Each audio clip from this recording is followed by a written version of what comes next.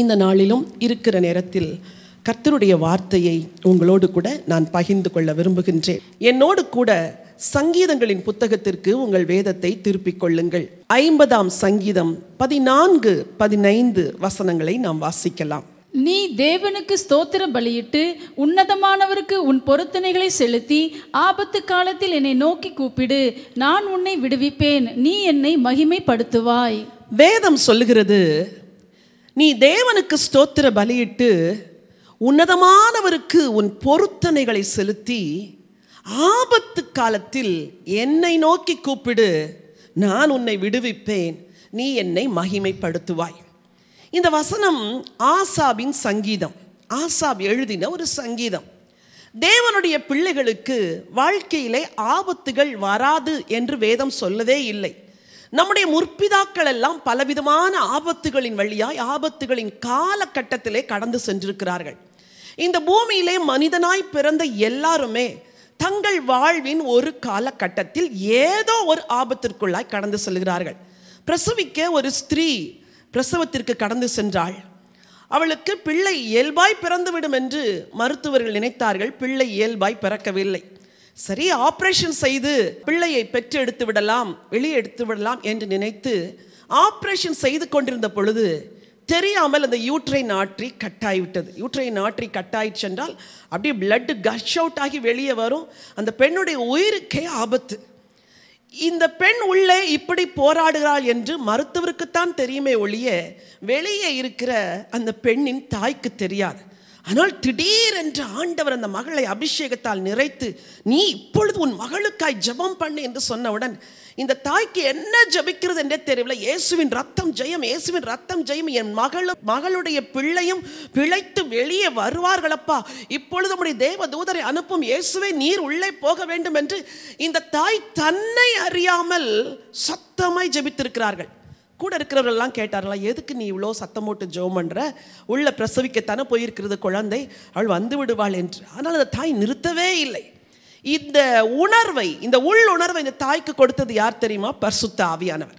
இந்த தாய் கண்ணீரோடு பாரத்தோடு ஒரு டைமை நோட் பண்ணி அந்த டைம்லேருந்து 1/2 hour ஜெபம் பண்ணியிருக்கிறாங்க. அந்த 1/2 hour ஜெபம் முடிவில் அந்த தாய்க்குள்ளே ஒரு சமாதானம், அமைதியாய் ஸ்தோத்திரம்ப்பா, என் மகளை காத்து கொண்டதற்காய் ஸ்தோத்திரம் என்று சொல்லியிருக்கிறார்கள்.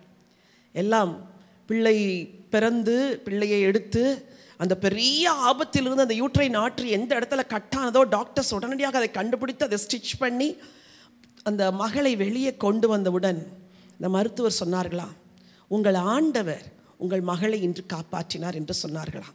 இந்த தாய் என்னம்மா என்ன நடந்தது என்ற பொழுது அவர்கள் முழுவதும் விளக்கவில்லை. ஆனால் கூட இருந்த ஒரு செவிலிய பெண் வந்து இந்த தாய்க்கு எவ்வளோத்தையும் சொன்னப்போ இது எந்த நேரத்தில் நடந்தது என்று தாய் கேட்டார்களாம். அவர்கள் சொன்ன நேரமும் அங்கே உள்ளே அந்த யூட்ரைன் ஆற்றி கட்டான நேரமும் ஒரே நேரமாக இருந்திருக்கு. என்ன ஒரு அன்பின் ஆண்டவர் பாருங்கள். தன் பிள்ளைகளுக்கு ஆபத்து வருகிறது என்று தெரிந்தும் நீங்கள் கேட்கலாம், ஆண்டவர் அதை தடுத்திருக்கலாமே.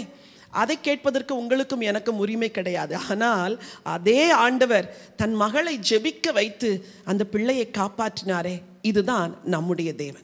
நாம் வாழ்கிற இந்த உலகம் ஆபத்துகள் நிறைந்த உலகம், பயங்கரங்கள் நிறைந்த உலகம், எதிர்பாராத நிகழ்வுகள் நடக்கிற இந்த உலகம்.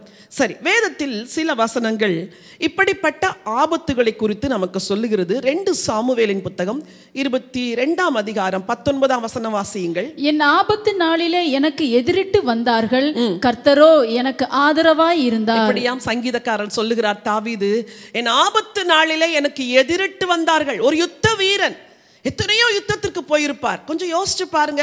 நினையாமல் ஒருவன் வில்லை எய்திருக்கலாம், அம்பை எய்திருக்கலாம், நினையாமல் ஒருவன் உள்ளே வந்து தாவீதை கொலை செய்திருக்கலாம். தாவீது சொல்லுகிறார், என் ஆபத்து நாளில் எனக்கு எதிரிட்டு வந்தார்கள், கர்த்தரோ எனக்கு ஆதரவாயிருந்தார். சங்கீதம் 20:1. ஆபத்து நாளிலே கர்த்தர் உமது ஜெபத்தை கேட்பாராக. ஆபத்து நாளிலே கர்த்தர் உமது ஜெபத்தை கேட்பாராக. யாக்கோபின் தேவனுடைய நாமம் உமக்கு உயர்ந்த அடைக்கலம் ஆவதாக. இந்த வசனத்தெல்லாம் ஏன் எழுதி வச்சாரு? நீங்க பூமியில வாழுகிற நாட்கள்ல உங்களுக்கு ஆபத்து வரும், ஆனால் ஆபத்து நாளிலே ஆண்டவர் உன் ஜெபத்தை கேட்பார். யாக்கோபின் தேவனுடைய நாமம் உனக்கு உயர்ந்த அடைக்கலம். The name of the Lord is a strong tower and the righteous run into it. அப்படி என்றால் ஆபத்து வரும்போது நீங்களும் நான் என்ன செய்யணும் தெரியுமா? உங்க நாமம் எனக்கு உயர்ந்த அடைக்கலமப்பா, நான் ஜெபம் பண்றேன்ப்பா, ஜெபத்தை நிறுத்த மாட்டேன்ப்பா, உங்க நாமத்துக்குள்ள ஓடி வரேன்ப்பா அப்படின்னு நீங்க ஜெபிக்கும் பொழுது ஆண்டவர் உங்களுக்கு அடைக்கலமா இருப்பார். சங்கீதம் 22:11, என்னை விட்டு தூரமாகாதேயும் ஆபத்து கிட்டி இருக்கிறது. என்னை விட்டு தூரமாகாதேயும். எப்போ? ஆபத்து பக்கத்துல இருக்குது ஆண்டவரே, நீங்க என் பக்கத்தில் இருக்கணும் ஆண்டவரே. கர்த்தர் உன்னை காக்கிறவர், கர்த்தர் உன் வலது பக்கத்தில் உனக்கு நிழலாய் இருக்கிறார் என்று வேதம் சொல்லுகிறது. உன் பக்கத்தில் 1000 பேரும் உன் வலது பக்கத்தில் 10,000 பேர் விழுந்தாலும் அது உன்னை அணுகாது என்று சொன்னாரே. எதனால் தெரியுமா? இந்த ஆபத்து நேரத்தில் அவரை நோக்கி கூப்பிடும் பொழுது அவர் அருகில் இருப்பாராம். 37:19, அவர்கள் ஆபத்து காலத்திலே வெட்கப்பட்டு போகாதிருந்து பஞ்ச காலத்திலே திருப்தி அடைவார்கள். இதெல்லாம் யாருக்கு சொல்லியிருக்கிறார்? அவரை நம்புகிறீர்களே உங்களுக்கு தான். அப்படி என்றால் ஆபத்து வராது என்று அல்ல, ஆபத்து வரும். ஆனால் ஆபத்தில் என்னை நோக்கி கூப்பிடு, நான் உன்னை விடுவிப்பேன். சரி, இன்னும் ஒரு சில வசனங்கள். சங்கீதம் 46:1, தேவன் நமக்கு அடைக்கலமும் பலனும் ஆபத்து காலத்தில் அனுகூலமான எப்படியா? தேவன் துணையுமானவர் இல்ல, ஆபத்து காலத்தில் அனுகூலமான துணையுமானவர். 71:20, அநேக இக்கட்டுகளையும் ஆபத்துகளையும் காணும்படி செய்த எப்படி அநேக இக்கட்டுகள், அநேக ஆபத்துகள். ஆண்டவரை கேள்வி கேட்காதீங்க. எதுக்கு ஆண்டவரை எனக்கு, எதுக்கு ஆண்டவரை இதெல்லாம் அனுமதிக்கிறீங்க, உலகத்துல ஏன் ஆண்டவரை இது நடக்குது? அவரை கேள்வி கேட்கறதுக்கு நம்ம எனக்கு எந்த தகுதியும் இல்லை. ஆனால் வசனம் சொல்லுது, அநேக இக்கட்டுகளையும் ஆபத்துகளையும் காணும்படி செய்த என்னை நீர் திரும்பவும் உயிர்ப்பித்து திரும்பவும் என்னை பூமியின் பாதாளங்களிலிருந்து ஏற பண்ணுவீர். சரி, ஆண்டவர் என்ன செய்கிறாரா? அநேக ஆபத்துகளை கண்டா கூட உயிர்ப்பிக்கிற ஒரு தேவன். நீதிமொழிகள் 24:10, ஆபத்து காலத்தில் நீ சோர்ந்து போவாயானால் உன் பலன் குறுகினது. அப்படின்னா ஆபத்து வரும்பொழுது இயற்கையா எல்லாருக்குள்ள என்ன வரும்? சோர்வு. வேதத்தில் பல வசனங்கள் இதை போல. சங்கீதம் 77:2 வாசிக்கலாம். அதே போல சங்கீதம் 102:2 வாசிக்கலாம்.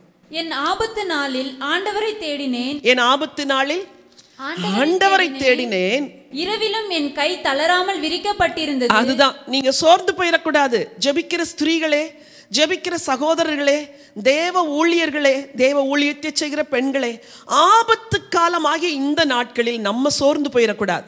நம்ம சோர்ந்து போயிட்டோம்னா எதிரி மேற்கொண்டுருவான். வசனம் சொல்லுது, இரவிலும் என் கை தளராமல் விரிக்கப்பட்டிருக்கிறது. நீங்க அதைத்தான் செய்யணும். இன்றைக்கு ஊழியமே அதுதான். ஆண்டவரை நோக்கி வேண்டுதல் செய்து விண்ணப்பம் செய்து ஜனங்களுக்காய் திறப்பில் நின்று மன்றாடி ஜெபிக்கிற ஒரு ஊழியத்தை நம்ம செய்யறதுக்கு தான் ஆண்டவர் நம்மை அழைத்திருக்கிறார். சரி, இந்த வேத பகுதிகள் எல்லாம் எதை சொல்லுது? நம்முடைய முற்பிதாக்களின் காலத்தில் அவர்களுக்கு ஆபத்து வந்தபோது ஆண்டவர் அவர்களை எப்படி பாதுகாத்தார், அவர்கள் எப்படி ஜெபம் செய்தார்கள் என்பதைத்தான் இந்த வசனம் சொல்லுகிறது. நீங்களும் இந்த ஆபத்து நாட்களில் உங்கள் குடும்பத்துக்கு ஒருவேளை ஆபத்து வந்திருக்கலாம், உங்களுக்கே ஒருவேளை ஆபத்து வந்திருக்கலாம், உங்களுக்கே இந்த கொள்ளை வந்து நீங்கள் மருத்துவமனையில் படுத்துக்கொண்டு இந்த செய்தியை கேட்டுக்கொண்டிருக்கலாம். ஜெபத்தை மட்டும் நிறுத்திடாதீங்க. ஒருவேளை நீங்கள் சுகமாயிருக்கும் பொழுது ஜெபித்தது போல ஜெபிக்க முடியவில்லை என்றாலும் ஓரிரு வார்த்தைகள் இயேசுவே உம்முடைய கிருபை தாரும், இயேசுவே உம்முடைய இரத்தத்தினாலே மூடும் என்று சிறு சிறு ஜெபங்களை தேவனுக்கு ஏறிடுங்கள். ஆபத்து காலத்தில் கர்த்தர் உங்களை தப்புவிப்பார். ஹல்லேலூயா. நாம் வாசித்த வேத பகுதி, நீ தேவனுக்கு ஸ்தோத்திர பலியிட்டு உன்னதமானவருக்கு உன் பொருத்தனைகளை செலுத்தி ஆபத்து காலத்தில் என்னை நோக்கி கூப்பிடு, நான் உன்னை விடுவிப்பேன், நீ என்னை மகிமைப்படுத்துவாய். இன்றைக்கு நம்முடைய முற்பிதா ஒருவர் ஒரு ஆபத்தான காலத்தில் இருந்து ஆண்டவர் அவரை எப்படி விடுதலை செய்து எப்படி மகிமைப்படுத்தினார் என்பதை குறித்து தான் இருக்கிற நேரத்தில் சுருக்கமாய் உங்களோடு கூட பகிர்ந்து கொள்ள விரும்புகிறேன். அவர் தேவனுக்கு எப்படியெல்லாம் இந்த வசனத்தின்படி ஸ்தோத்திர பலியிட்டு பொருத்தனை செய்து என்னவெல்லாம் செய்தார், அவருடைய வாழ்க்கை எப்படி இருந்தது, கர்த்தர் எப்படி நடத்தினார், முடிவு எப்படி மகிமையா இருந்தது என்பதை குறித்து தான் உங்களுக்கு சொல்ல போகிறேன். 5 காரியங்களை இந்த வசனங்களில் பார்க்கிறோம். நீ தேவனுக்கு ஸ்தோத்திர பலியிட வேண்டும், உன்னதமானவருக்கு உன் பொருத்தனையை செலுத்த வேண்டும், ஆபத்து காலத்தில் என்னை நோக்கி கூப்பிட வேண்டும். ஆண்டவர் என்ன செய்வாராம்? நான் உன்னை விடுவிப்பேன், நீ என்னை மகிமைப்படுத்துவாய். என்ன அழகா இருக்குது பாருங்க. 5 காரியம் மனனம் செஞ்சுக்கோங்க. நீங்கள் தேவனுக்கு ஸ்தோத்திர பலியிட வேண்டும், உன்னதமானவருக்கு பொருத்தனை செய்யணுமா. வெறும் ஸ்தோத்திரம் மட்டும் பண்ணா போதாது. இந்த நாட்கள்ல ஆண்டவரே நான் இப்படி ஒரு பொருத்தனை செய்கிறேன், பிழைக்க வைத்தால் உமக்காய் வாழுவேன். ஆண்டவரே, என் பிள்ளை நன்றாய் ஆகி வந்தால் அந்த பிள்ளை உமக்கென ஒப்புக் கொடுக்கிறேன். என் தகப்பன் சுகமாகி வரும்பொழுது நான் இதை உமக்கு செய்கிறேன் என்று பொருத்தனை செய்ய வேண்டும். நான் இனிமேல் ஒழுங்காய் வேதம் படிப்பேன், இனிமேல் ஜெபம் பண்ணுவேன், இவ்வளவு நாட்கள் உம்மை தேடவில்லை, என்னை மன்னித்து விடும், பொருத்தனை செய்கிறேன். வாலிப பிள்ளைகளே, பொருத்தனை செய்யுங்கள். ஆண்டவரே, என் அப்பா அம்மா மருத்துவமனையில் இருக்கிறார்கள், நான் இனிமேல் உம்மை தேடுவேன். ஆண்டவரே, நான் உமக்காக வாழுவேன், நான் இனிமேல் உம்முடைய ஊழியம் செய்வேன். இப்படி பொருத்தனை செய்து ஸ்தோத்திர பலியிட வேண்டும். பொருத்தனை செய்து ஆபத்து காலத்தில் ஆண்டவரை நோக்கி கூப்பிட வேண்டும். இந்த நாட்கள் தான் நீங்க ஜெபம் பண்ண வேண்டிய நாட்கள். இந்த நாட்கள் தான் கண்ணீரோடு ஆண்டவரை நோக்கி பார்க்க வேண்டிய நாட்கள். ஒருவேளை இந்த வியாதி இல்லாமல் வேறு பிரச்சனைகளை நீங்கள் சிக்கி இருக்கலாம். உங்களுக்கும் இதுதான் கர்த்தருடைய வார்த்தை. நீ தேவனை நோக்கி கூப்பிடும் பொழுது அவர் என்ன செய்வாரா? நான் உன்னை விடுவிப்பேன் என்று சொல்லு. விடுவித்தாலும் விடுவிப்பேன், விடுவிக்காமல் போனாலும் போவேன், அப்படிலாம் இல்லை. நான் உன்னை விடுவிப்பேன். நீ இந்த மூணையும் செய், நான் உன்னை விடுவிப்பேன். விடுவித்த பிறகு நீ என்ன செய்ய வேண்டும் தெரியுமா? நீ என்னை மகிமைப்படுத்த வேண்டும். அநேகர் நன்மைகள் வர்ற வரைக்கும் அழுது அழுது ஜெபம் பண்ணுவாங்க. ஆனால் நன்மை வந்த பிறகு ஆண்டவர் எனக்கு இப்படி நன்மை செய்தார் என்று சொல்ல மறக்கிறவர்கள் பலர். நீங்கள் அப்படி செய்யக்கூடாது. ஆண்டவரை மகிமைப்படுத்த வேண்டும். சரி, இந்த 5 காரியத்தையும் நம்முடைய முற்பிதா எப்படி செஞ்சாரு என்று சொல்லித்தான் வேதத்தில் படிக்க போகிறோம். என்னோடு கூட ஆதியாகமத்தின் புஸ்தகத்திற்கு வேதத்தை திருப்பிக் கொள்ளுங்கள். ஆதியாகமத்தின் புத்தகம் 27 41 42 வாசியுங்கள். யாக்கோபை தன் தகப்பன் ஆசீர்வதித்தது நிமித்தம் ஏசா யாக்கோபை பகைத்து, என் தகப்பனுக்காக துக்கிக்கும் நாட்கள் சீக்கிரமாய் வரும், அப்பொழுது என் சகோதரனாகிய யாக்கோபை கொன்று போடுவேன் என்று ஏசா தன் இருதயத்திலே சொல்லிக் கொண்டான். வாசியுங்கள். மூத்த மகனாகிய ஏசாவின் வார்த்தைகள் ரெபேக்காளுக்கு அறிவிக்கப்பட்டது. அப்பொழுது அவள் தன் இளைய மகனாகிய யாக்கோபை அழைத்து, உன் சகோதரனாகிய ஏசா உன்னை கொன்று போட நினைத்து தன்னை தேற்றிக் கொள்ளுகிறான். ஆகையால் என் மகனே, நான் சொல்வதை கேட்டு எழுந்து புறப்பட்டு ஆரானில் இருக்கிற என் சகோதரனாகிய லாபானிடத்துக்கு ஓடிப்போய், உன் சகோதரனுடைய கோபம் தனியும் மட்டும் சில நாள் அவனிடத்திலே இரு. உன் சகோதரன் உன்மேல் வைத்த கோபம் தணிந்து நீ அவனுக்கு செய்ததை அவன் மறந்த பின் நான் ஆள் அனுப்பி அவ்விடத்திலிருந்து உன்னை அழைப்பிப்பேன். நான் ஒரே நாளில் உங்கள் இருவரையும் ஏன் இழந்து போக வேண்டும் என்றாள். சரி, இந்த சம்பவம் யாருடைய குடும்பத்தில் நடந்தது என்றால், விசுவாசிகளின் தகப்பனாகிய ஆபிரகாமின் சந்ததியில் வந்த ஈசாக்கின் குடும்பத்தில் நடந்தது. ஈசாக்கின் பயபக்திக்குரியவர் தேவன் என்று வேதம் சொல்லுகிறது. அப்படி என்றால் ஒரு பயபக்தியோடு தேவனை தேடுகிற ஒரு குடும்பத்தில் வாழ்வு சற்று கடினமாய் போய்விட்டது. எது நிமித்தம் தெரியுமா?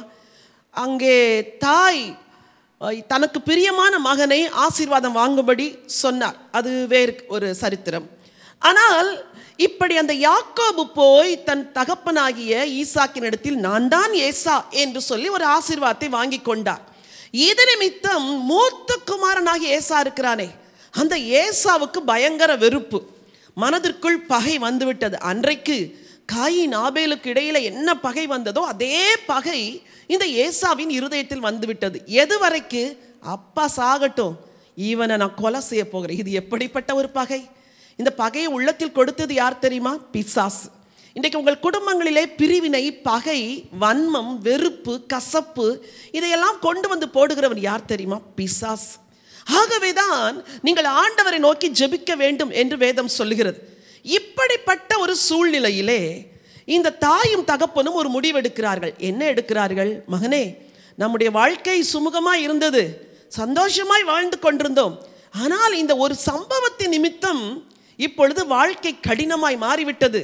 நீ இனிமேல் இங்கே இருந்தால் உன் சகோதரனாகிய ஏசா உன்னை நிச்சயமாய் கொலை செய்து விடுவான். நீ உடனே எழுந்து 16 இருக்கிற என் சகோதரனாகிய லாபானிடத்தில் போ என்று ஒரு தீர்மானத்தை எடுத்து யாக்கோபை அனுப்புகிறார்கள். நான் ரொம்ப யோசித்து பார்த்தேன். அவனை அனுப்பும் பொழுது ஒட்டகங்களோ கழுதைகளோ சேணம் வைத்து வேலைக்காரரை கூட வைத்து அங்கு அனுப்பவில்லை. கொஞ்சம் யோசிங்க. நீ அங்க போ என்று தாயும் தகப்பனும் அனுப்புகிறார்கள். இதே ஈசாக்குக்கு ஒரு பெண் தேடும்படி ஆபிரகாம் அனுப்பும் பொழுது தன்னுடைய வேலைக்காரனாகிய எலெயாசாரை அழைத்து நீ போ என்று 10 ஒட்டகங்களை கொடுத்து ஆட்களை கொடுத்து அங்கே லாபானுடைய வீட்டிற்கு தேடி போகும்படி அனுப்புகிறார். பாருங்கள், ஈசாக்கு ஏன் அப்படி செய்யலை அப்படின்னு எனக்கு தோணுச்சு. ஏன் செய்யலை? ஏன் யாக்கோபை தனியாக அனுப்புகிறார்? ஒருவேளை ஒட்டகங்களெல்லாம் சேர்த்து வைத்து அனுப்பினால் ஏசாவுக்கு இன்னும் கசப்பு கூடிவிடும். நாம் ஏற்கனவே ஆசீர்வாதத்தை வாங்கி கொண்டான் என்று கசப்போடு இருக்கிறான். ரெண்டாவது, ஒட்டகங்களெல்லாம் ஆயத்தம் பண்ணி வேலைக்காரங்களை ஆயத்தம் பண்ணால் இன்னும் 2-3 நாள் ஆகும். அதுக்குள்ளே பிள்ளையை கொலை செஞ்சுட்டா என்ன பண்ண என்று தகப்பனும் தாயும் சேர்ந்து அந்த ஆபத்தான காலத்தில் நிச்சயமாக நான் விசுவாசிக்கிறேன், ஈசாக்கு தேவனிடத்தில் ஜெபம் பண்ணித்தான் தன் பிள்ளையை அனுப்பியிருப்பார். யாக்கோபு செய்தது ஒரு வேளை தவறு என்று நாம் நினைத்தாலும் கூட ஈசாக்கு தேவனை நேசிக்கிறவரானபடியால் ஜெபம் செய்து தன் மகனை பத்திரப்படுத்தும்படி ஓரிடத்திற்கு அனுப்புகிறார். இந்த தூரம் எவ்வளவு தூரம் என்றால், இந்த பெயர்சபாவிலிருந்து ஆரானுக்கு போவதற்கு தூரம் 735 கிலோமீட்டர் தூரம். நான் கணக்கு போட்டு பார்த்தேன். சென்னையிலிருந்து கன்னியாகுமரி வரைக்கும் 706 கிலோமீட்டர். அப்படி என்றால் அதையும் தாண்டி இன்னொரு 20 கிலோமீட்டர் கடலுக்கு போனால் அவ்வளோ தூரத்தை இந்த யாக்கோபு அந்த நாட்களில் நடந்து போகணும். இந்த டேஸில் இருக்கிற வசதிகள், வாய்ப்புகள், செல்ஃபோன், மொபைல் அல்லது கார், பைக் என்று எதுவுமே கிடையாது.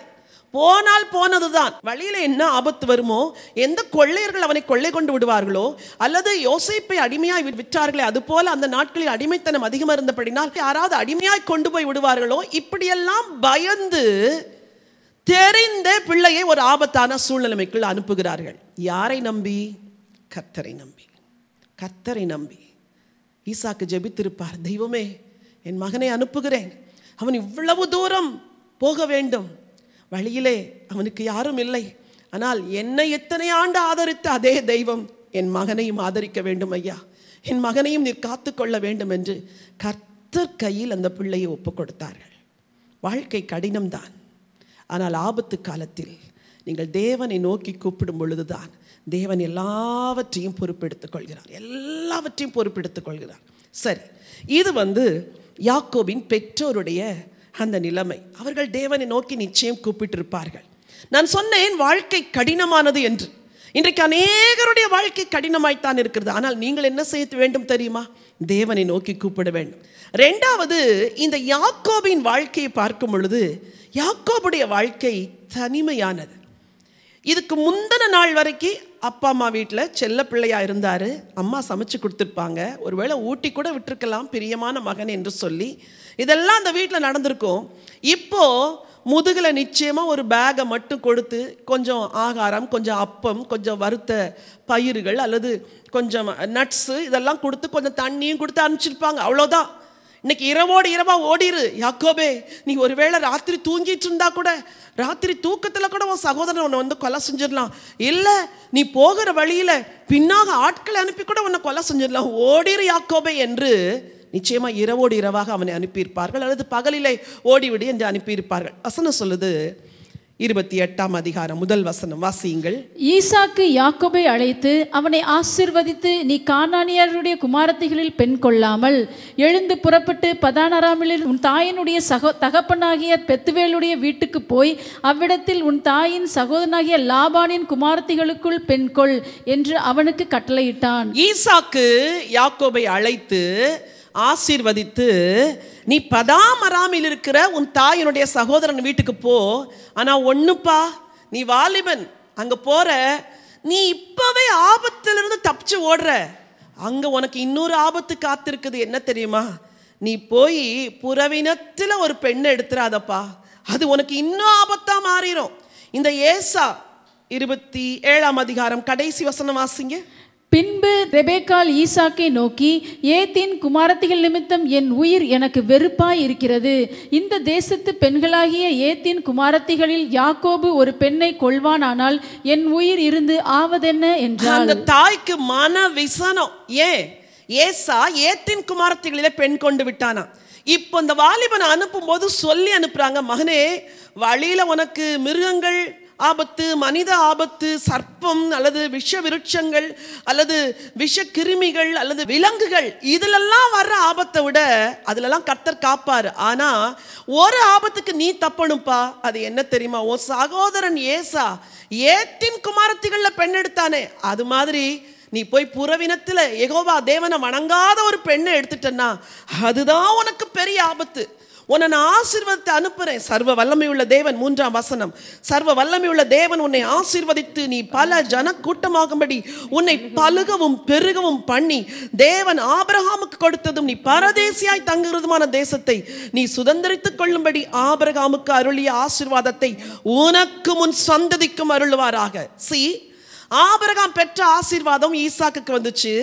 ஈசாக்கு பெற்ற ஆசீர்வாதம் ஏசாக்கு போகல. இங்க யாருக்கு வருது?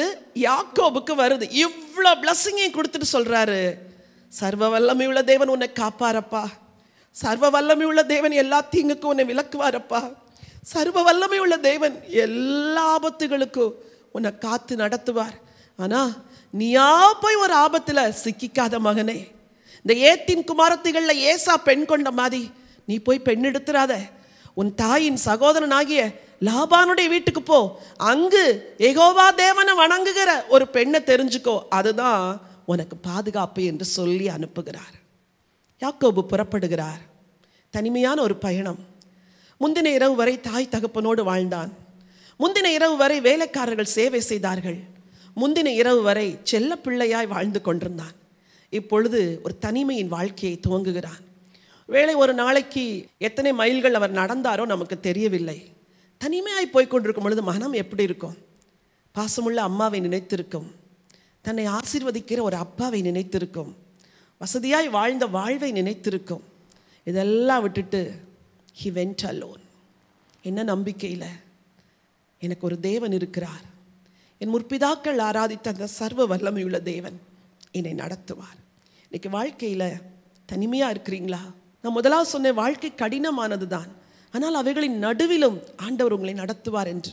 இப்பொழுது சொல்லுகிறேன், வாழ்க்கையில் சில வேளைகளில் நீங்கள் தனிமையாய் போக வேண்டிய பாதைகள் உண்டு. இந்த யாக்கோபை போல தேவனை நம்பி தேவனை சார்ந்து உங்கள் பயணத்தை துவங்குங்கள். இந்த யாக்கோபு போகிற வழியெல்லாம் அந்த தனிமையின் உணர்வு அவனை வாட்டி இருக்கும். எங்கே போவேன்? என் மாமன் வீட்டை நான் கண்டுபிடிப்பேன்னா வழியெல்லாம் கேட்டிருப்பான். பதானாராம் எங்கே இருக்கிறது, பதானாராம் எங்கே இருக்கிறது, பதானாராம் எங்கே இருக்கிறது, லாபானை தெரியுமா என்றெல்லாம் கேட்டு கேட்டு கேட்டு எப்படியோ தன்னுடைய பயணத்தை தொடர்ந்தான்.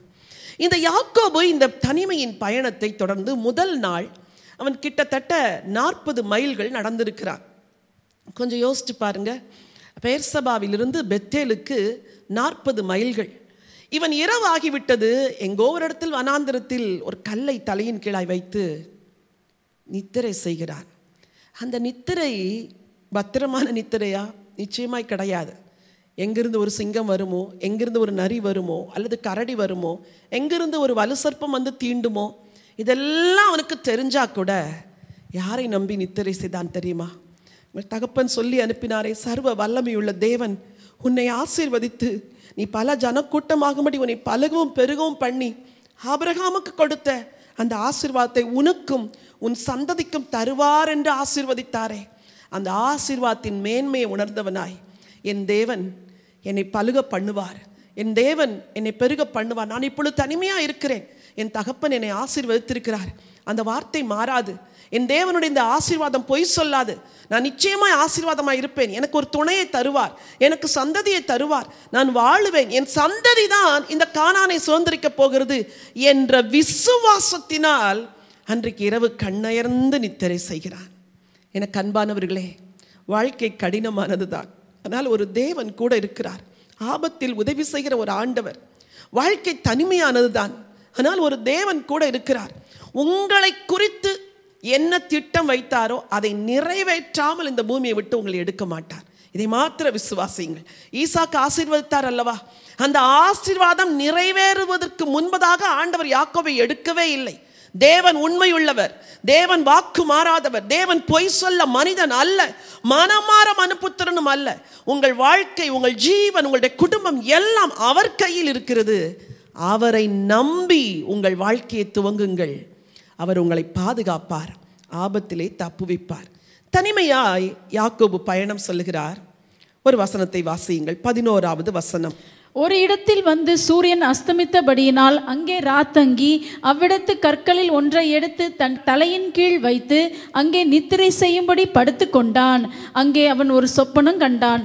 இதோ ஒரு ஏணி பூமியிலே வைக்கப்பட்டிருந்தது. அதன் நுனி வானத்தை எட்டியிருந்தது. அதிலே தேவதூதர் ஏறுகிறவர்களும் இறங்குகிறவர்களுமாய் இருந்தார்கள். அதற்கு மேலாக கர்த்தர் நின்று, நான் உன் தகப்பனாகிய ஆபிரகாமின் தேவனும் ஈசாக்கின் தேவனுமாகிய கர்த்தர். நீ படுத்திருக்க பூமியை உனக்கும் உன் சந்ததிக்கும் தருவேன். உன் சந்ததி பூமியின் தூளை போல் இருக்கும். நீ மேற்கேயும் கிழக்கேயும் வடக்கேயும் தெற்கேயும் பரம்புவாய். உனக்குள்ளும் உன் சந்ததிக்குள்ளும் பூமியின் வம்சங்களெல்லாம் ஆசீர்வதிக்கப்படும். நான் உன்னோட இருந்து நீ போகிற இடத்திலெல்லாம் உன்னை காத்து இந்த தேசத்துக்கு உன்னை திரும்பி வர பண்ணுவேன். நான் உனக்கு சொன்னதை செய்யும் அளவும் உன்னை கைவிடுவதில்லை என்றார். ஹல்லேலூயா! என்ன அருமையான ஒரு அனுபவம் பாருங்கள். தனிமையில் பயணித்த அந்த யாக்கோபுக்கு அந்த இரவு ஒரு இனிமையான இரவாய் மாறிவிட்டது. கல்லை எடுத்து தலையடியை வைத்து நித்திரை செய்கிறார். ஆனால் அந்த ராத்திரியிலே அவருக்கு ஒரு அருமையான சொப்பனம் தோன்றுகிறது.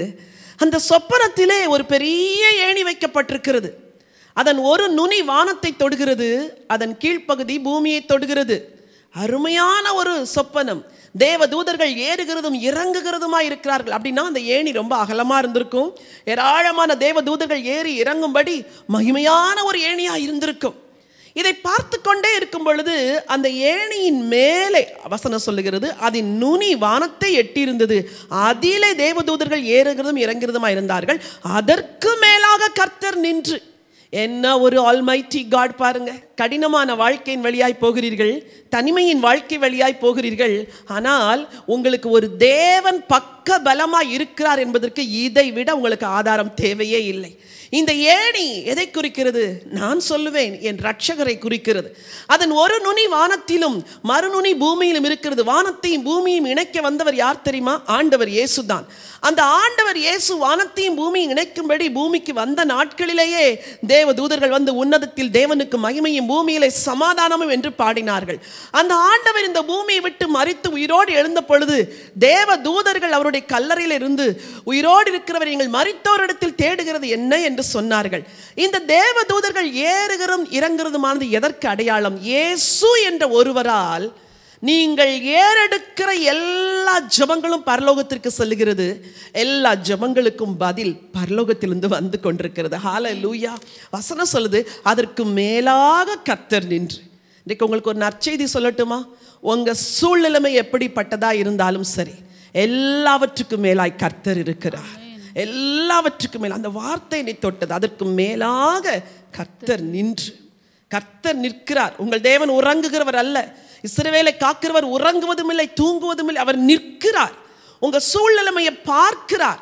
நீங்கள் ஏறெடுக்கிற ஜெபங்களை தேவ தூதர்கள் எடுத்துக்கொண்டே மேலே போனவுடன் அந்த ஏணிக்கு மேலாக நிற்கிற கர்த்தர் அப்படி கை நீட்டி வாங்கியிருப்பார். அப்படிதானே? இப்படி கை நீட்டி வாங்கி அமைதியாக வச்சுட்டே இருப்பாரா? படிச்சிருப்பாரு, என் பிள்ளைக்கு இதை கொடுக்கணும்னு அங்கே இருக்கிற தேவ தூதர்களுக்கு கட்டளையிட்டு, போ இந்த பதிலை எடுத்துக்கொண்டு என் பிள்ளைக்கு போய் கொடு என்று சொல்லி அனுப்பியிருப்பார். இது கற்பனை கிடையாது, இது கதை கிடையாது, இதுதான் உண்மை. ஆபத்து காலத்திலே அன்று ராத்திரி யாக்கோபு என்ன சொல்லிட்டு படுத்திருப்பாரு? தெய்வமே, நான் படுத்து நித்திரை செய்கிறேன்ப்பா, எந்த விஷப்பூச்சிகளோ எந்த விஷ விலங்குகளோ எதுவும் என்னை தொற்றக்கூடாதுப்பா, என்னை காத்துக்கொள்ளுங்க, நான் எங்கள் அப்பா அம்மாலாம் விட்டு தனியாக இருக்கிற ஆண்டவரே, என்னை நீங்கள் சூழ்ந்து கொள்ளுங்க என்று ஜெபித்திருப்பார். அந்த ஜெபத்தை ஒரு தேவ தூதன் ஏந்தி கொண்டு போனதுனால தான் மேலிருந்து பதில் வருது. கர்த்தர், நான் உன் தகப்பனாகிய ஆபிரகாமின் தேவனும் ஈசாக்கின் தேவனுமாகிய கர்த்தர். கேட்டது என்னவோ பாதுகாப்பு தான் கேட்டிருப்பாரு. ஆனால் ஆண்டவர் பியூட்டிஃபுல் லைஃப் பிளானே கொடுத்துட்டார். நீ படுத்திருக்கிற பூமியை உனக்கும் உன் சந்ததிக்கும் தருவேன் யாக்கோபே.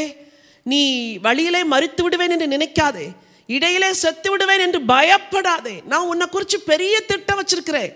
இந்த படுத்திருக்கிற பூமியை உனக்கும் தருவேன், உன் சந்ததிக்கும் தருவேன். நீ உன் சந்ததியின் சந்ததியும் காண்பாய் என்பது போல் அந்த வார்த்தை இருக்கிறது. உன் சந்ததி பூமியின் தூளை போல் இருக்கும். இது மட்டும் இல்லை யாக்கோபே, கவனி, நீ மேற்கையும் கிழக்கையும் வடக்கையும் தெற்கையும் பரம்புவாய். I have beautiful plans for you. உனக்காக நான் பெரிய திட்டம் வச்சிருக்கிறேன்.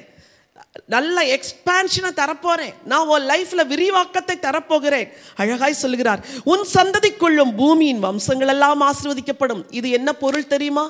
உன் சந்ததியில் தான் ரட்சகர் இயேசு வருவார், உன் சந்ததியில் தான் மேசியா வருவார். அந்த மேசியாவுக்குள் உலகத்தில் இருக்கிற எல்லா மக்களும் ஆசீர்வதிக்கப்படுவார்கள். இவ்வளோ திட்டத்தை வச்சிருக்கிற யாக்கோபே, ஆபத்தை பார்த்து பயப்படாத. இவ்வளோ பிளானை வச்சிருக்கிற யாக்கோபே, நீ நடக்கிற காரியத்தை பார்த்து பயப்படாத. நான் எல்லாவற்றுக்கும் மேலாய் நிற்கிற கர்த்தர். ஹல்லேலூயா. இதை விட என்ன நம்பிக்கை வேணும் சொல்லுங்க?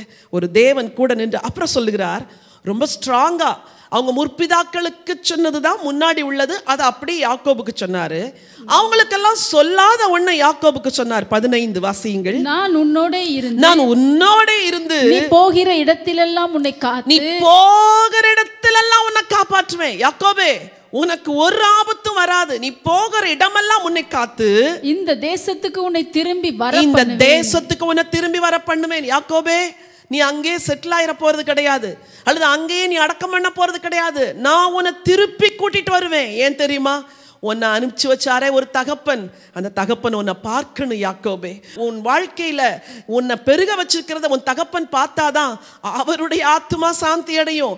அவன் என்னை சேவித்த தாசன், ஈசாக்கு என்னை சேவித்த பக்தன், அவனை நான் கனம் பண்றதுக்காக வேண்டியாது உன்னை ஆசீர்வதித்து பெருக பண்ணி உன்னை திரும்ப கொண்டு வருவேன். நான் உனக்கு சொன்னதை செய்யும் அளவும் உன்னை கைவிடுவதில்லை. நான் உனக்கு சொன்னதை செய்யும் அளவும். இன்னைக்கு உங்களுக்கு ஆண்டவர் தான் சொல்றேன், உனக்கு நான் சொன்னேன் இல்லை, உனக்கு நான் வாக்கு பண்ணேன் இல்லை, அதை செய்கிற வரைக்கும் நான் உன்னை கைவிட மாட்டேம்மா, உன் சந்ததியை கைவிட மாட்டேன். இதுதான் இன்னைக்கு உங்களுக்கு ப்ராஃபட்டிக் வேர்டு. என் வார்த்தையை ஆண்டவர் எனக்கு பேசணும்னு சொல்லி எத்தனை பேர் கேட்டுட்டு இருக்கிறீங்களோ, this is not my word, this is my God's word. என் ஆண்டவருடைய வசனம் சொல்லுது, நான் உன்னோடு கூட இருப்பேன், நீ போகும் இடமெல்லாம் உன்னை காப்பாற்றுவேன், உன்னை இந்த தேசத்துக்கு திரும்பி வர பண்ணுவேன். யாக்கோபே, நான் சொன்னதை செய்கிற வரைக்கும் உன்னை கைவிட மாட்டேன். ஹல்லேலூயா. இதை விட உங்களுக்கு என்ன அஷ்யூரன்ஸ் வேணும்? இதை விட என்ன வார்த்தை வேணும்? ஒரு கடினமான வாழ்க்கை சூழ்நிலையில் இருந்து ஒரு தனிமையில் பயணித்த ஒரு வாலிபனுக்கு ஆண்டவர் கொடுத்த இனிமையான அனுபவம் தான் தேவன் அவனோடு பேசின அனுபவம். இன்னைக்கு கஷ்டத்தின் பாதையில், கண்ணீரின் பாதையில் இருக்கிறீங்களா? நீங்கள் ஆண்டவர்கிட்ட கேளுங்க, என் கூட பேசுங்கப்பா. ஆண்டவர் முதலாவது வேதத்தின் மூலமாய் தான் பேசுவார். இந்த ஒரு வாரமாய் கேள்விப்பட்ட எல்லா நிகழ்ச்சிகளை குறித்து நான் மிகவும் கலங்கி போனேன். என்னப்பா இது, நீங்கள் எனக்கு என்ன வார்த்தை சொல்கிறீங்கன்னு நான் ஆண்டவரிடத்தில் கேட்டபோது எனக்கும் ஒரு வசனம் கொடுத்தார்.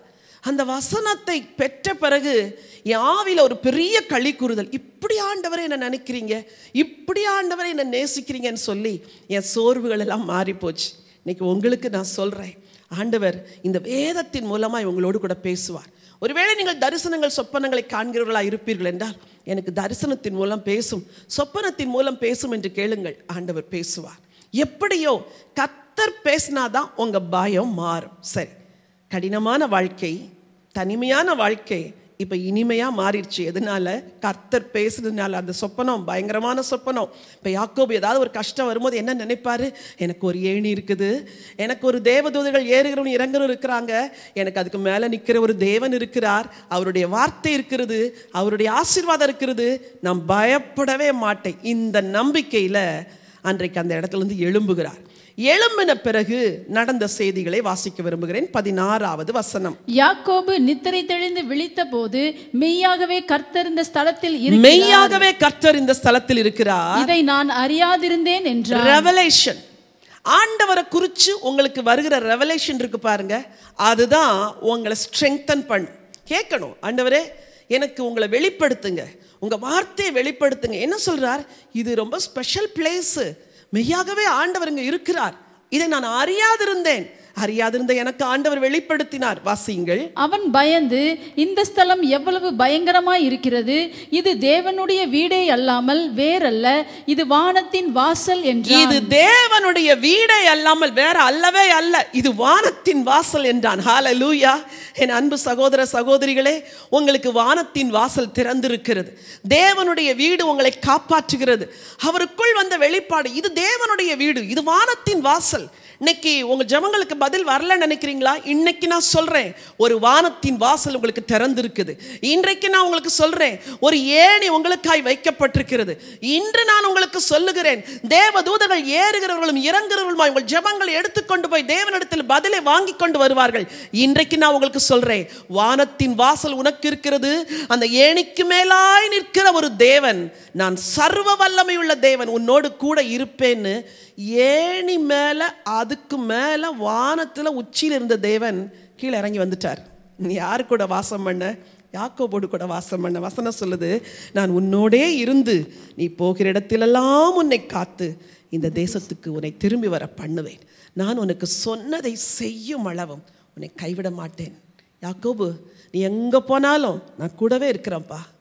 இந்த அஷூரன்ஸ் தான் இன்னைக்கு உங்களையும் என்னையும் காக்கிறது. கர்த்தர் உன்னை காக்கிறவர், உன் வலது பக்கத்தில் உனக்கு நிழலாய் இருக்கிறவர். பகலிலே வெயிலாகிலும் இரவிலே நிலவாகிலும் உன்னை சேதப்படுத்துவது இல்லை. உன் காலை தள்ளாட விட்டார். உன்னை காக்கிறவர் உறங்கார் என்று சொல்லியிருக்கிறதே. கவலைப்படாதீர்கள். ஒரு ஆண்டவர், அங்க இருக்கிற ஆண்டவர் இப்ப எங்க வந்துட்டார் தெரியுமா? கூட வந்துட்டார். நான் சொல்லுவேன், இருதயத்திற்குள்ள இருக்கிறார், என்னோடு இருக்கிறார்.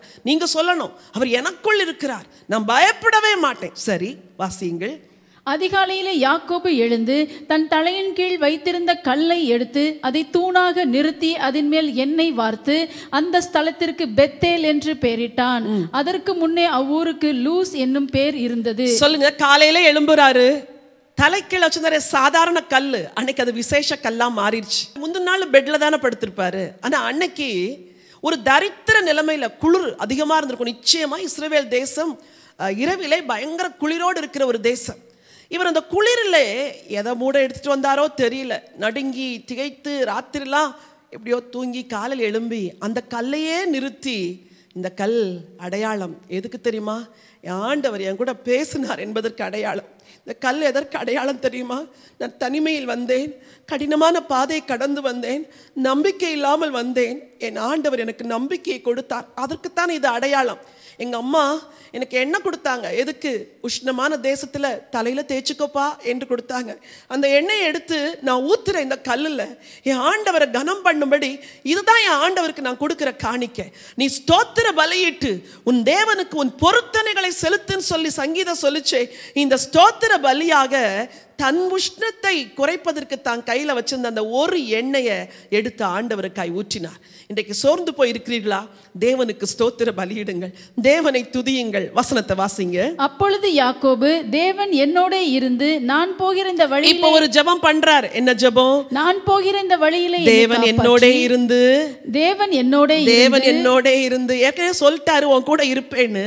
இப்ப இவர் ஜெபிக்கிறாரு, தேவன் என்னோட இருந்து நான் போகிற இந்த வழியிலே என்னை காப்பாற்றி, நான் போகிற வழியில இந்த என்னை காப்பாற்றி உண்ண ஆகாரமும் உடுக்க வஸ்திரமும் எனக்கு தந்து என்னை என் தகப்பன் வீட்டுக்கு சமாதானத்தோட திரும்பி வர பண்ணுவாரானால் கர்த்தர் எனக்கு தேவனாய் இருப்பார். லிசன், யாக்கோபுக்கு காட் என்ன பியூட்டிஃபுல் பிளான் வச்சிருக்கிறாரு அப்படின்னு தெரியல.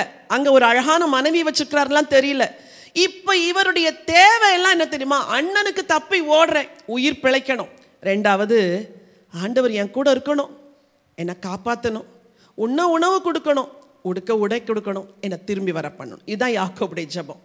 இது ஒரு பேசிக் நீடு மட்டும் சொல்லி ஜெபிக்கிறார்.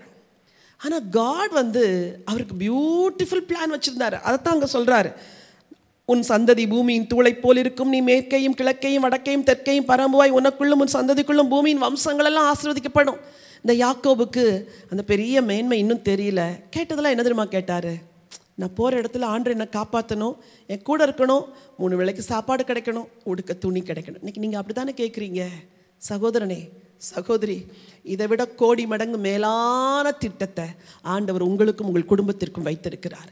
He will fulfill it in your life. உங்க வாழ்க்கையில நிச்சயம் நிறைவேற்றுவார். ஜெபிக்கிறாரு, இதெல்லாம் எனக்கு தந்தால் திரும்பி வர பண்ணுவார், என்னை என் தகப்பன் வீட்டுக்கு சமாதானத்தோட திரும்பி வர பண்ணுவாரானால் கர்த்தர் எனக்கு தேவனாய் இருப்பார். ஒரு பொருத்தனை பண்றார் பாருங்க. இதெல்லாம் ஆண்டவர் செஞ்சுட்டாருன்னா ஐ மேக் a covenant. அவர் தான் எனக்கு தெய்வம். யாக்கோபு செய்த பெரிய பொருத்தனை, எங்க அண்ணன் வழி விலகி போயிட்டாரு. எங்க அண்ணன் தேவன் அல்லாத குடும்பத்தில் போய் பெண் எடுத்துட்டு அந்த வழிபாடுக்கு போயிட்டார். ஆனா நான் கர்த்தரைத்தான் தெய்வமாக கொள்ளுவேன். ஏன் தெரியுமா? எங்கள் அப்பா எனக்கு சொல்லி அனுப்பினார். சர்வ வல்லமையுள்ள தேவன், நீ பலகவும் பெருகும்படி செய்வார்னு சொல்லி அனுப்பினார். அந்த தேவன் தான் என் தேவன். இன்னைக்கு நீங்கள் ஒரு பொருத்தனை செய்யணும். தேவன் தான் எனக்கு தேவன். இந்த ஆபத்தான சூழ்நிலைமையில், இந்த இக்கட்டான சூழ்நிலைமையில் என் தேவனை நான் மறுதலிக்க மாட்டேன். இந்த நெருக்கமான சூழ்நிலைமையில் என் தேவனை கேள்வி கேட்க மாட்டேன்.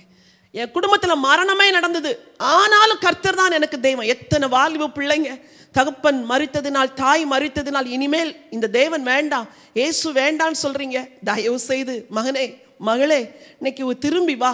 நீ ஆண்டவருக்கு ஒரு பொருத்தனை பண்ணு. கர்த்தர் தான் எனக்கு தெய்வம். என் குடும்பத்தில் எத்தனை மரணம் நடந்தாலும் பரவாயில்லை, கர்த்தர் எனக்கு தெய்வமா இருப்பாருன்னு சொல்லு. அந்த பொருத்தனையை ஒரு தேவன் கேட்பார், உன் வாழ்க்கையை ஆசீர்வதிப்பார். வாசியுங்கள். நான் தூணாக நிறுத்தின இந்த கல் தேவனுக்கு வீடாகும். நான் தூணாக நிறுத்தின இந்த கல் தேவனுக்கு வீடாகும். தேவரீர் எனக்கு தரும் எல்லாவற்றிலும் உமக்கு தசமபாகம் செலுத்துவேன் என்று சொல்லி பொருத்தனை பண்ணி கொண்டான். ஆண்டவர், இந்த கல்லை நிறுத்தினே, இது உமக்கு ஒரு வீடாக மாறும் ஆண்டவரே. இது என் பொருத்தனை ஆண்டவரே. அதே போல எனக்கு என்னெல்லாம் தர்றீங்களோ அதுல நான் உங்களுக்கு தசமபாகம் கொடுப்பேன் ஆண்டவரே. என்ன ஒரு பொருத்தனையின் ஆவி பாருங்க. இதை எங்கிருந்து கற்றுக்கொண்டார் தெரியுமா? அவருடைய தாத்தா ஆபிரகாம் இந்த மெல்கிசேதேக்குக்கு எல்லாவற்றிலும் தசமபாகம் கொடுத்து அவ ஆசீர்வாதத்தை பெற்றுக்கொண்டதை நிச்சயம் சரித்திரமா சொல்லியிருப்பார். நிச்சயம் அவங்க தகப்பன் அதை சொல்லியிருப்பார். என்னுடைய தாத்தா தேவனுக்கு பொருத்தனை செய்தார், எங்க அப்பா தேவனுக்கு பொருத்தனை செய்து தசமபாகம் கொடுக்கிறவர், நானும் தசமபாகம் கொடுப்பேன். எப்போ சொன்னாரு? கையில் ஒண்ணுமே இல்லை. எப்போ சொன்னாரு? ஒரு 4 வேளைக்கு தான் சாப்பாடு கையில் இருந்திருக்கும் அந்த நேரத்தில் சொன்னார். எப்போ சொன்னாரு? மனைவி இல்லை, பிள்ளைங்க இல்லை, சொத்து இல்லை, சம்பத்து இல்லை, ஆடு இல்லை, மாடு இல்லை, ஒண்ணுமே இல்லை. தனி மனுஷனா இருக்கும்போது he made a covenant. ஆண்டவர்கிட்ட ஒரு உடன்படிக்கை பண்ணார். ஆண்டவரே, நீர் நான் போகிற இடத்திலெல்லாம் என்னோடு கூட வந்து என்னை காப்பாற்றி உண்ண உணவு உடுக்க உடையின் தருவீர் என்றால் நான் நிறுத்தினேனே இந்த கல் உமக்கு ஆண்டவரே உம்முடைய ஆலயமாகும் உம்முடைய வீடாகவும் மாற ஆண்டவரே. நான் செஞ்சனே பொருத்தனை ஆண்டவரே, நீங்க எனக்கு தேவனா இருப்பீங்க ஆண்டவரே. எல்லாத்துக்கும் மேல எனக்கு நீங்க தர்றதில்ல, நான் தசம பாகம் கொடுப்பேன் ஆண்டவரே. என் அன்பு தேவனுடைய பிள்ளைகளே, இன்னைக்கு நீங்க தேவனுக்கு செய்ய வேண்டிய பொருத்தனை இதுதான். யாருக்கு தேவன் என்ன பேசுகிறாரோ எனக்கு தெரியாது.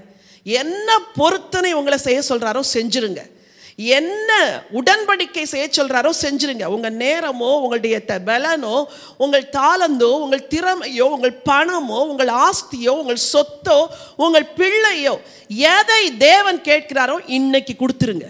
ஆபத்து காலத்தில் நீ என்னை நோக்கி கூப்பிடு, நான் உன்னை விடுதலை செய்வேன் என்று சொன்னாரே, அழகா சொல்லி முடிக்கிறார். உமக்கு தசம பாகம் செலுத்துவேன் என்று சொல்லி பொருத்தனை பண்ணி கொண்டான். எதுவுமே இல்லாத நேரத்தில் ஒரு வாலிபன் பொருத்தனை செஞ்சானே. அன்பான வாலிபனே, அன்பான வாலிப மகளே, உனக்கு மகிமையான எதிர்காலம் இருக்குது, ஆனால் நீ எதையுமே பார்க்கல. இன்னைக்கு நீ என்ன தெரியுமா செய்யணும்? இந்த யாக்கோபு செய்த பொருத்தனை போல நீ தேவனுக்கு பொருத்தனை செய்யணும். நீ தேவனுக்கு பொருத்தனை செய்யும். வாழ்க்கை அந்த கனவு வந்த பிறகு இனிமையா மாறுச்சு. இப்போ அவருக்கு பெரிய நிறைவு வந்துடுச்சு. என்ன நிறைவு தெரியுமா? தேவன் எனக்கு சொன்னாரு, நானும் தேவனுக்கு செஞ்சுட்டேன். இன்னைக்கு உங்களை பார்த்து கேட்குறேன், what you have done for God? நீங்கள் ஆண்டவருக்கு என்ன செஞ்சுருக்கிறீங்க? இன்னைக்கு நிறைய பேர் சொல்கிறீங்க, காணிக்க போட்டேன், அதை போட்டேன். அதெல்லாம் காணிக்க போட்டால் உங்களுக்கு ஆசீர்வாதம், அப்படி தானே? நீ ஆண்டவருக்கு என்ன செஞ்ச? ஆண்டவருக்கு உன் வாழ்க்கையில் என்ன செஞ்ச? இவ்வளோ காலங்கள் இத்தனை சுகபோகமாக வாழ்ந்த நாட்கள்லேயே இயேசுக்கு எதுவும் செய்யலையே. இப்போ அவர்கிட்ட பார்த்து என்ன கேள்வி கேட்பதற்கு நமக்கு உரிமை இருக்கிறது. Take a decision. இன்னைக்கு ஒரு தீர்மானம் எடு வாலிப மகனே, தீர்மானம் எடு வாலிப மகளே, சகோதரனே, சகோதரி, என் அன்பு தாயே, என் அன்பு தகப்பனே. நீங்கள் வச்சிருக்கிற ஆஸ்தியெல்லாம் எங்கே கொண்டு போக போறீங்க? நீங்கள் வச்சிருக்கிற ஆஸ்தியெல்லாம் இன்னைக்கு எத்தனையோ பேர் நேற்று இருந்தவங்க இன்னைக்கு இல்லை, மறிச்சிட்டாங்க. கூட இருந்தவங்க கூட அவங்களுடைய அடக்க ஆராதனை இல்லை. அப்படிப்பட்ட ஒரு கொடுமையின் நாட்கள்ல உனக்கு ஆஸ்தி எதற்கு? நீங்கள் தேவனுக்காய் உங்களை ஒப்புக்கொடுங்க. உன் நேரத்தை வீணடிக்காத மகனே, உங்கள் நேரங்களை வீணடிக்காத நீங்கள் தேவனுக்கு கொடுங்கள். உங்கள் இளமை, உங்கள் பலன், உங்கள் தாளந்து, உங்கள் அறிவு, உங்கள் திறமை எல்லாத்தையும் இயேசு கொடுங்க. பொருத்தனை பண்ணுங்க ஒண்ணுமே இல்லாத நாட்கள்ல. ஆண்டவர் இந்த பொருத்தனையை அங்கீகரித்து ஆசீர்வதித்தாரா? ஆதியாகமத்தின் புத்தகம் 35 அதிகாரத்திற்கு வேதத்தை திருப்பிக் கொள்ளுங்கள். முதல் 3 வசனங்களை வாசிங்க. தேவன் யாக்கோபை நோக்கி, நீ எழுந்து பெத்தேலுக்கு போய் அங்கே குடியிருந்து நீ உன் சகோதரனாகிய ஏசாவின் முகத்திற்கு விலகி ஓடி போகிற போது உனக்கு தரிசனமான தேவனுக்கு அங்கே ஒரு பலிபீடத்தை உண்டாக்கு என்றார். அப்பொழுது யாக்கோபு தன் வீட்டாரையும் தன்னோட கூட இருந்த மற்ற அனைவரையும் நோக்கி, உங்களிடத்தில் இருக்கிற அந்நிய தெய்வங்களை விலக்கி போட்டு உங்களை சுத்தம் பண்ணி கொண்டு உங்கள் வஸ்திரங்களை மாற்றுங்கள். நாம் எழுந்து பெத்தேலுக்கு போவோம், வாருங்கள். எனக்கு ஆபத்து நேரிட்ட நாளில் என் விண்ணப்பத்துக்கு உத்தரவு அருளி செய்து நான் நடந்த வழியிலே என்னோட கூட இருந்து தேவனுக்கு அங்கே ஒரு பலிபீடத்தை உண்டாக்குவேன் என்றான். என்ன ஒரு அருமையான ஒரு இருதயம் பாருங்க. தனி மனிதனாய் அவன் வந்த பொழுது தேவனுக்கு செய்த பொருத்தனையை அந்த தேவ மனிதன் மறக்கவில்லை. ஆண்டவர் யாக்கோபை நோக்கி சொல்லுகிறார், நீ எழுந்து பெத்தேலுக்கு போய் அங்கே குடியிருந்து நீ உன் சகோதரனாகிய ஏசாவின் முகத்திற்கு விலகி ஓடி போகிற போது உனக்கு தரிசனமான தேவனுக்கு அங்கே ஒரு பலிபீடத்தை உண்டாக்கு என்றார். யாக்கோபு செய்த பொருத்தனையை தேவனும் மறக்கல, அவர் ஞாபகத்தில் வைத்திருக்கிறார். எத்தனை பொருத்தனை பண்ணீங்க, ஒன்றை கூட நிறைவேற்றலையே.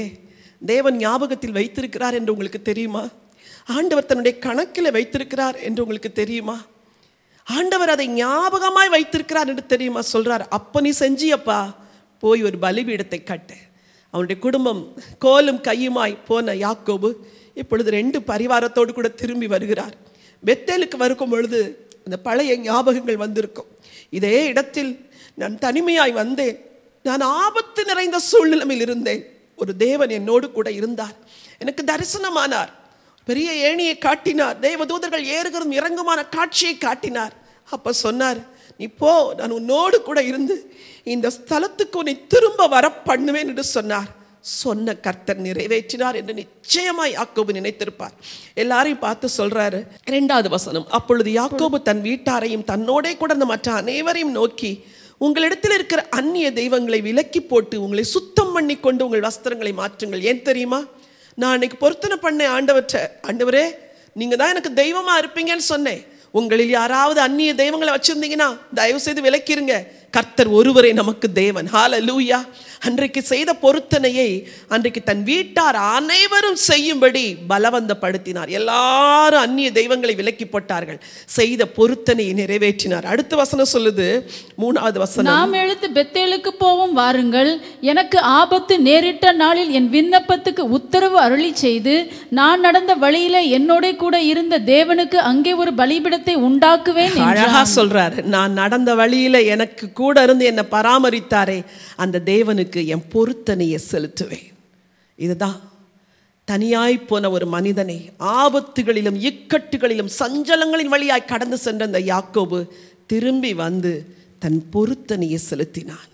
வாழ்க்கை மகிமையாய் மாறிவிட்டது. நீ தேவனுக்கு ஸ்தோத்திர பலியிட்டு உன்னதமானவருக்கு உன் பொருத்தனைகளை செலுத்தி ஆபத்து காலத்தில் என்னை நோக்கி கூப்பிடு, நான் உன்னை விடுவிப்பேன், நீ என்னை மகிமைப்படுத்துவாய். இந்த 35ஆம் அதிகாரம் யாக்கோபு தேவனை மகிமைப்படுத்தினதை சொல்லுகிறது. அருமையா 7வது வசனத்தை வாசியுங்கள். அங்கே அவன் ஒரு பலிபீடத்தை கட்டி தன் சகோதரனுடைய முகத்துக்கு தப்பி ஓடின போது அங்கே தனக்கு தேவன் தரிசனமானபடியால் அந்த ஸ்தலத்திற்கு ஏல் பெத்தேல் அந்த ஸ்தலத்திற்கு ஏல் பெத்தேல் என்று பெயரிட்டான். ஹல்லேலூயா. ஏல் பெத்தேல். ஏன்? அப்போ அவர் சொன்னால இது தேவனுடைய வீடு, இது வானத்தின் வாசல். அன்னைக்கு சொன்னதை மறக்கவே இல்லை. பொருத்தனைகளை செலுத்தி தேவனை மகிமைப்படுத்தினார். ஆபத்தில் இருக்கிறீங்களா? இக்கட்டில் இருக்கிறீங்களா? சஞ்சலத்தில் இருக்கிறீங்களா? கஷ்டத்தில் இருக்கிறீங்களா? தேவனுக்கு பொருத்தனையை செலுத்துங்கள், தேவனை நோக்கி கூப்பிடுங்கள், அவர் உங்களை விடுவிப்பார், நீங்கள் அவரை மகிமைப்படுத்துவீர்கள். எல்லாரும் கண்களை மூடி ஆண்டவரை நோக்கி பார்க்கலாமா? ஹல்லேலூயா. உமக்கு நன்றி ஆண்டவரே, நன்றியோடு உம்மை நாங்கள் துதிக்கிறோம் ஐயா. ஆண்டவரே, நீ தேவனுக்கு ஸ்தோத்திர பலியிட்டு உன்னதமானவருக்கு உன் பொருத்தனைகளை செலுத்தி ஆபத்து காலத்தில் என்னை நோக்கி கூப்பிடு, நான் உன்னை விடுவிப்பேன், நீ என்னை மகிமைப்படுத்துவாய் என்று சொன்னீரே. உம்முடைய பிள்ளைகளுக்கு பிரசங்கிக்கப்பட்ட இந்த வார்த்தைகள் இன்றைக்கு அவருடைய வாழ்க்கையில கிரியை செய்யட்டும் ஐயா. நன்மைகளாலும் கிருபைகளாலும் நிரப்புங்க ஆண்டவரே. வசனத்தை கேட்ட ஒவ்வொருவரும், உணர்த்தப்பட்ட ஒவ்வொருவரும் உம்முடைய வார்த்தைக்கு கீழ்ப்படிந்து ஒரு ஆபத்துக்கும் பயப்படாமல் தைரியமாய் வாழ கர்த்தர் கிருபை செய்வீராக. உம்முடைய ஆசீர்வாதத்தை உம்முடைய ஜனத்தின் மேல் உம்முடைய அடியால் கட்டவிழ்த்து விடுகிறேன் ஆண்டவரே. நன்மைகள் வரட்டும், கிருபைகள் வரட்டும், ஆசீர்வதியும். மீட்பர் இயேசு கிறிஸ்துவின் நாமத்தில் ஜெபிக்கிறேன் நல்ல பிதாவே, ஆமென்.